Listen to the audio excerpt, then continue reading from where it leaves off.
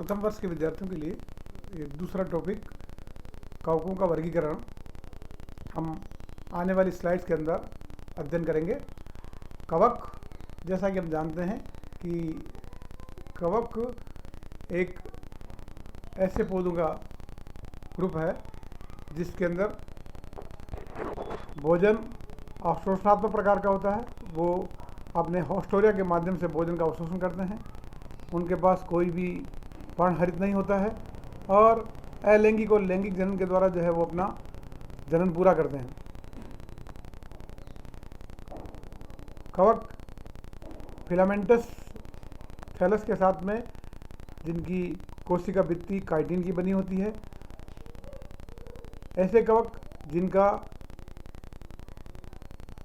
भोजन का तरीका और क्लोरोफिल की अनुपस्थिति उन्हें अन्य पादप समूह से इन्हें अलग करती है। कवकों का अध्ययन वनस्पति विज्ञान की जिस शाखा में किया जाता है उसे हम माइकोलॉजी या कवक विज्ञान कहते हैं, और जितने भी फंगल डिजीज हैं उन्हें हम माइकोसीज कहते हैं।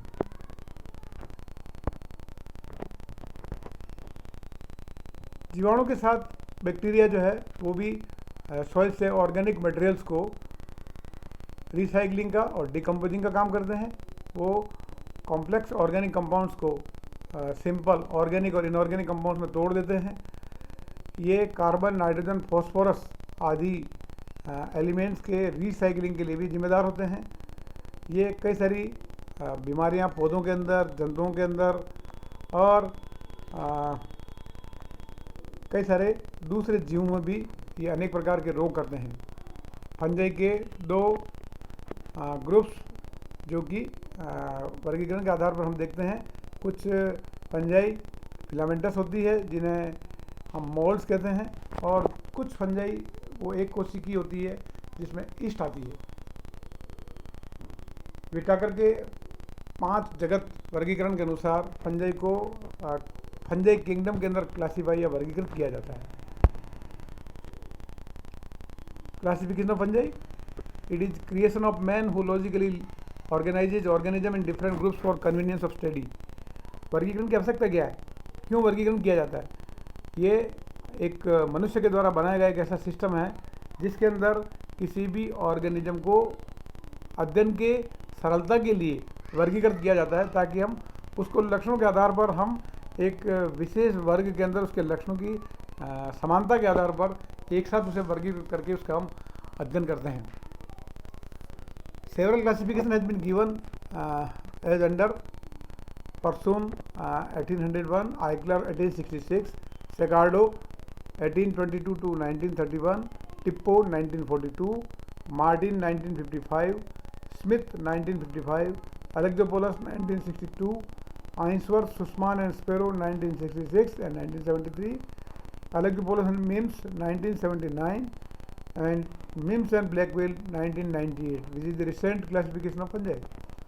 तो समय समय पर कवकों को समझाने के लिए या कवकों को समझने के लिए, उसका अध्ययन करने के लिए कई सारे वर्गीकरण दिए गए, लेकिन यहाँ पर हम एक विशेष वर्गीकरण जो कि अलेक्जोपोलस ने 1962 के अंदर दिया था, अलेक्जोपोलस एंड मिम्स के नाम से, उस वर्गीकरण का अध्ययन हम यहाँ पर करेंगे।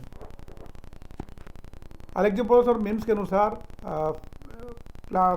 फंजाई को प्लांटी किंगडम के अंदर एक जगत बनाया गया, प्लांटी। उस प्लांटी किंगडम के अंदर हम अध्ययन करते हैं, और उसके अंदर एक डिवीज़न रखा गया माइकोटा, जिसमें सभी कवक आते हैं। तो डिवीज़न माइकोटा के अंदर सभी कवकों को वर्गीकृत किया जाता है। माइकोटा डिवीज़न के अंदर 2 सब डिवीज़न बनाए गए, एक मिक्सोमाइकोटिना और दूसरा यूमाइकोटिना। द मिक्सोमाइकोटिना वह सब डिवीज़न है जिसके अंदर मिक्सोमाइसिटी जाती है, क्लास रखी गई है इसके अंदर मिक्सोमाइसिटी, जिनके अंदर कोशिका भित्ति अनुपस्थित होती है। सामान्यतः फंजाई के अंदर कोशिका भित्ति पाई जाती है, लेकिन मिक्सोमाइसिस के अंदर कोशिका भित्ति अनुपस्थित होती है। इनमें जो न्यूट्रिशन या भोजन का जो तरीका होता है वो होलोजोइक होता है, मनुष्यों के जैसा इसमें भोजन का तरीका होता है, और इनकी बॉडी जो है वो प्लाज्मोडिया लाइक होती है, प्लाज्मोडियम लाइक प्लांट बॉडी होती है इनकी।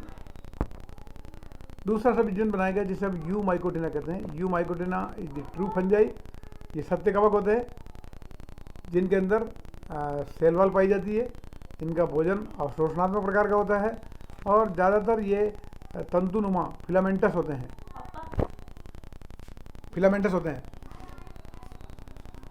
फ्लैजिलेटेड फिलामेंटस तरीका का हम देखें तो इसमें यू माइकोटिना को पुनः विभिन्न क्लासों के अंदर वर्गीकृत किया गया, लेकिन ये फ्लैजिला की उपस्थिति और अनुपस्थिति के आधार पर वर्गीकृत किया गया।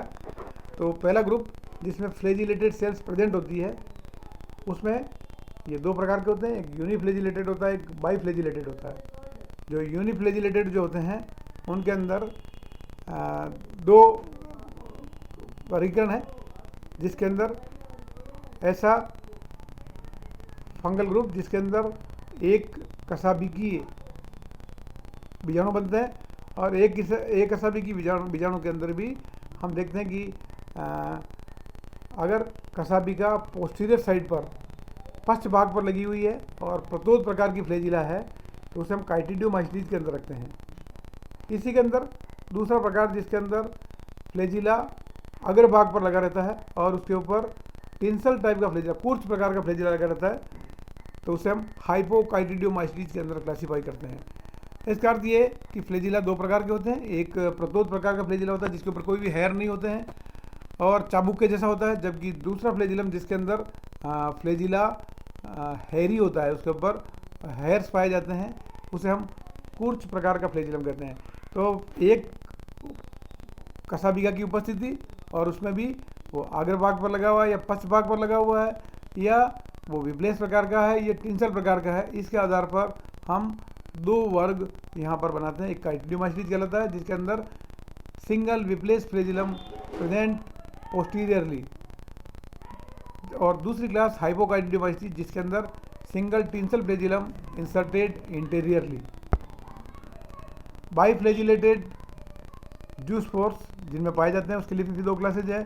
To whiplash unequal flagellum inserted anteriorly class plasmodiophoromycetes, whereas another class that is two flagellum, one tinsel and one विप्लेस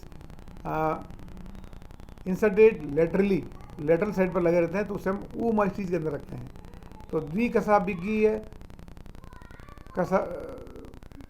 दो कसाबिकाएँ पाए जाने वाले जूस पोर्स भी फंगल के दो ग्रुप्स में प्लाज्मोडियोफोरोमाइसीटीज और oomaistes उसमें पाए जाते हैं। प्लाज्मोडियोफोरोमाइसीटीज के अंदर जो जूस पोर पाए जाते हैं उन जूस पोर्स के अंदर दो फ्लैजिला अग्र भाग पर लगे रहते हैं और वो दोनों ही विप्लेस प्रकार के होते हैं और अनइक्वल होते हैं, जबकि oomaistes में दो फ्लैजिला पाए जाते हैं जो पश्च भाग में और अग्र भाग में न होकर के वो पार्श्व भाग में होते हैं, लेटरल साइड में होते हैं, और वो फ्लैजिला दोनों ही एक प्रतोद और एक कूर्च प्रकार का होता है जो कि oomaistes में पाए जाते हैं। ये फ्लैजिलेटेड जिसमें यूनिफ्लैजिलेटेड और बाईफ्लैजिलेटेड जूस पोर्स के आधार पर चार वर्ग बनाए गए हैं, जिसके अंदर काइटिडियोमाइसीटीज, हाइपोकाइटिडियोमाइसीटीज, प्लाज्मोडियोफोरोमाइसीटीज और oomaistes। अब ऐसे समूह जिनके अंदर फ्लैजिला अनुपस्थित होते हैं, फ्लैजिला नहीं पाए जाते हैं, इसमें पहला ग्रुप है माइसीलियम सेप्टेट और non septate. Mycelium having resting spore called as zygospore. तो इसके अंदर माइसीलियम जो होता है उसके अंदर एक जाइगोस्पोर का निर्माण होता है और इसके अंदर दो ग्रुप बनाए गए हैं, एंडोपैरासाइट्स और डाइजेस्टिव ट्रैक्ट। ऐसे कवक जो कि एंडोपैरासाइट होते हैं और भोजन नली के ऊपर ये अंतः परजीवी के रूप में लगे रहते हैं, ऐसी कक्षा को ट्राइकोमाइसीटीज कहते हैं। जबकि दूसरा ग्रुप जिसके अंदर माइसीलियम नॉन सेप्टेट होता है या सिनोसिटिक होता है, इसमें एक्टोपैरासाइट होते हैं और सेप्रोब मीन्स मृतोपजीवी हो सकते हैं, जिसे हम क्लास जाइगोमाइसीटीज में अध्ययन करते हैं। म्यूकर एंड राइजोपस इसके अंदर आते हैं। Mycelium septate, no resting spore formed but sexual reproduction is none. Mycelium septate होता है, रेस्टिंग स्पोर इसके अंदर नहीं बनता है और इनमें लैंगिक जनन ज्ञात होता है।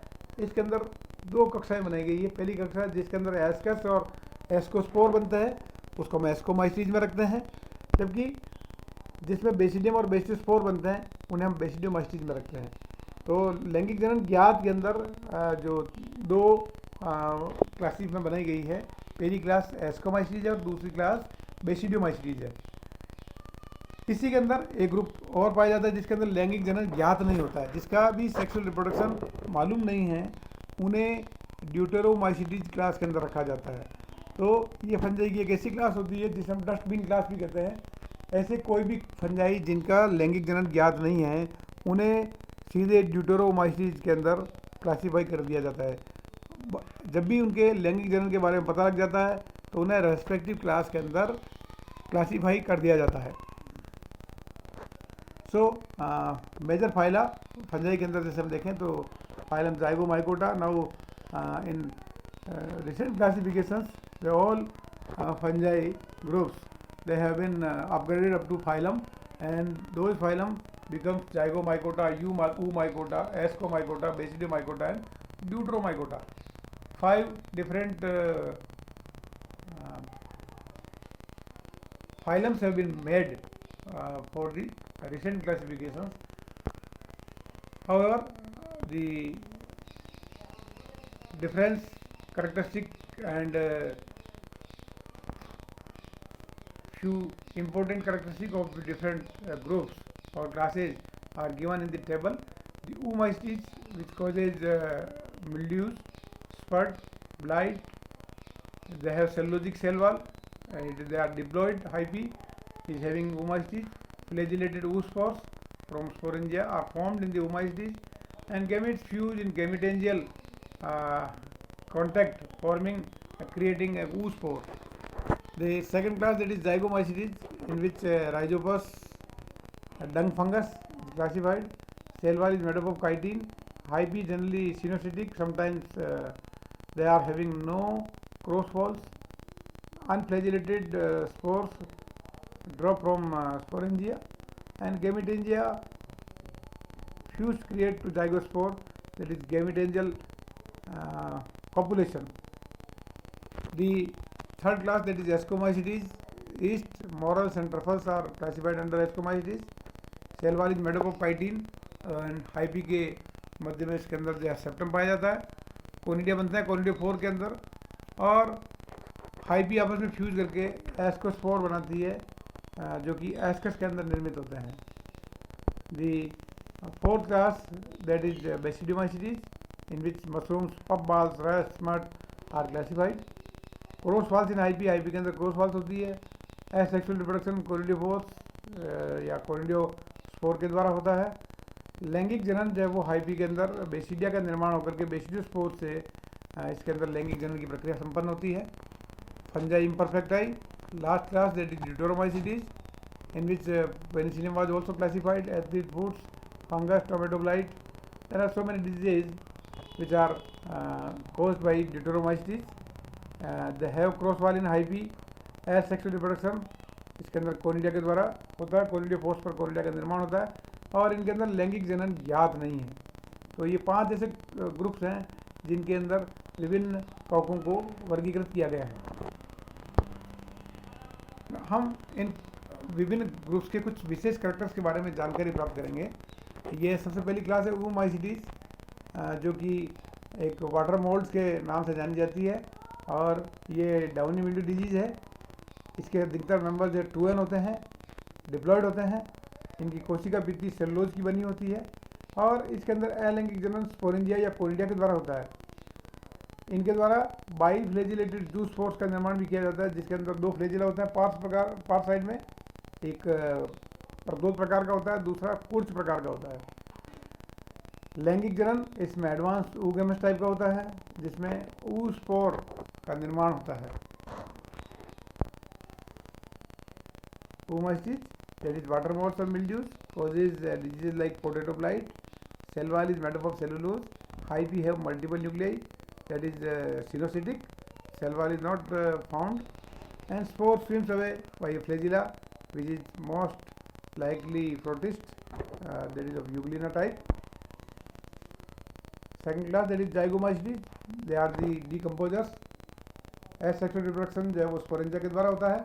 और लैंगिक जनन इसके अंदर जो है प्लस और माइनस प्रकार के दो स्ट्रेन पास आते हैं, आपस में उन पर गैमेटिंजा बनते हैं और फ्यूज करके वो जाइगोस्पोर का निर्माण करते हैं, जिसे जाइगोट कहते हैं। और ये लंबे समय तक डोरमेंट रह करके पड़ा रह सकता है, और जब अंकुरित करता है तो मियोसिस होता है उसके अंदर, और जर्मिनेशन होकर के कई सारे उसमें स्पोर बनते हैं, जिसके द्वारा नए माइसीलियम का निर्माण हो जाता है। जाइगोट इसका डिप्लॉयड होता है, और ऑल हाइपी और एसेक्सुअल स्पोर जो इसके अंदर वो हैप्लॉयड होते हैं। यहाँ चित्र में आप देख रहे हैं किस प्रकार से जाइगोस्पोर बन रहा है। ये जाइगोस्पोर दिखाया गया है यहाँ पे ब्लैक कलर का, ये गैमेटेंजियल कोपुलेशन के द्वारा बनता है। और सामान्यतः इसकी जो है फिलामेंटस फंजाई होती है, और ये इसका माइसीलियम है, यहाँ पर दिखाया गया है। Next class एस्कोमाइसीज। एस्कोमाइसीज के अंदर भी जो है सेल वॉल काइटिन की बनी होती है। जनरली पाउडरी मिल्ड्यू कहलाती है। इनका जो थैलस होता है वो हैप्लॉइड होता है, अहन होता है। अलैंगिक जनन इसमें कोन्डिया के द्वारा होता है। और लैंगिक जनन इसके अंदर एडवांस यूगेमस टाइप का होता है, जिसमें एस्कस और एस्कोस्पोर बनते हैं। ये एस्कोमाइसीज के कुछ विशेष लक्षणों के अंदर आते हैं, जिसके द्वारा इसको आइडेंटिफाई किया जाता है, पहचाना जाता है। फ्रूटिंग बॉडी एस्कोकार्प के रूप में होती है, जो कि एपोथीसियम का निर्माण करती है, पेरीथीसियम का निर्माण करती है, और क्लिस्टोथीसियम बनता है। ये 3 प्रकार की फ्रूटिंग बॉडी बनती है इसके अंदर, जो कि सारे एस्कस और एस्कोस्पोर को घेर के रखती है चारों ओर से। तो ये एस्कोमाइसीज के लक्षण है। इसी प्रकार से बेसिडोमाइसीज के अंदर भी सेल वॉल काइटिन की बनी होती है। ये हैप्लॉइड होते हैं। माइसीलियम इसका डाइकैरियोटिक होता है, दो केंद्र के एक ही थैलस के सेल में पाए जाते हैं। अलैंगिक जनन इसमें पूर्णतः अनुपस्थित होता है। क्लैम्प कनेक्शंस जो है वो सेल डिवीजन के लिए इसमें निर्माण किए जाते हैं। लैंगिक जनन एडवांस प्रकार का होता है, सेक्स ऑर्गन इसमें अनुपस्थित होते हैं। बेसिडियम और बेसिडोस्पोर का निर्माण होता है, और इसके अंदर जो फलन का या फ्रूटिंग बॉडी बनती है उसे हम बेसिडियोकार्प कहते हैं। तो ये बेसिडोमाइसीज के कुछ विशेष प्रकार के लक्षण हैं, जिसके द्वारा हम इस कक्षा को आइडेंटिफाई कर सकते हैं। ड्यूटेरोमाइकोटिना या deuteromycota, that is imperfect fungi, regarded is imperfect because the exhibit no sexual stage. Deuteromyces और ड्यूटेरोमाइकोटा ग्रुप जो है उसके अंदर लैंगिक जनन अनुपस्थित होता है, और नहीं देखा गया है, नहीं पाया गया है। और ऐसे मेंबर्स जो है वो जब भी उनके अंदर लैंगिक जनन ज्ञात हो जाता है, उन्हें पुनः एक विशेष क्लास के अंदर, जिसके अंदर भी उसके लक्षण मिलते हैं, उसमें वर्गीकृत कर दिया जाता है। तो जब तक किसी फंजाई के लैंगिक जनन के बारे में मालूम नहीं है, तो उसे हम ड्यूटेरोमाइसीटीज या इम्परफेक्ट फंजाई या डस्टबिन क्लास के अंदर रखते हैं, जो इसकी एक सबसे अंतिम क्लास है, और उसी के अंदर सब फंजाई को रखा जाता है। Thank you very much. These are the all about the classification description of fungi. Fungi के इन महत्वपूर्ण क्लासेस के अंदर कुछ मेंबर्स आपके कोर्स में दिए गए हैं, जैसे कि यूमाइसीज के अंदर एल्बुको का अध्ययन किया जाता है। इसी प्रकार से एस्कोमाइसीज के अंदर पेनिसिलियम, फाइलेक्टीनिया एंड पिजाइजा, और इसी प्रकार से बेसिडोमाइसीज के अंदर कुछ जो मेंबर्स हैं उसके अंदर अगेरिकस, ऑस्ट्रेलियागो, पक्सीनिया, और लास्ट फंजाई जो कि अल्टरनेरिया के रूप में पढ़ते हैं हम, वो ड्यूटेरोमाइसीज के अंदर क्लासीफाई की जाती है। तो ये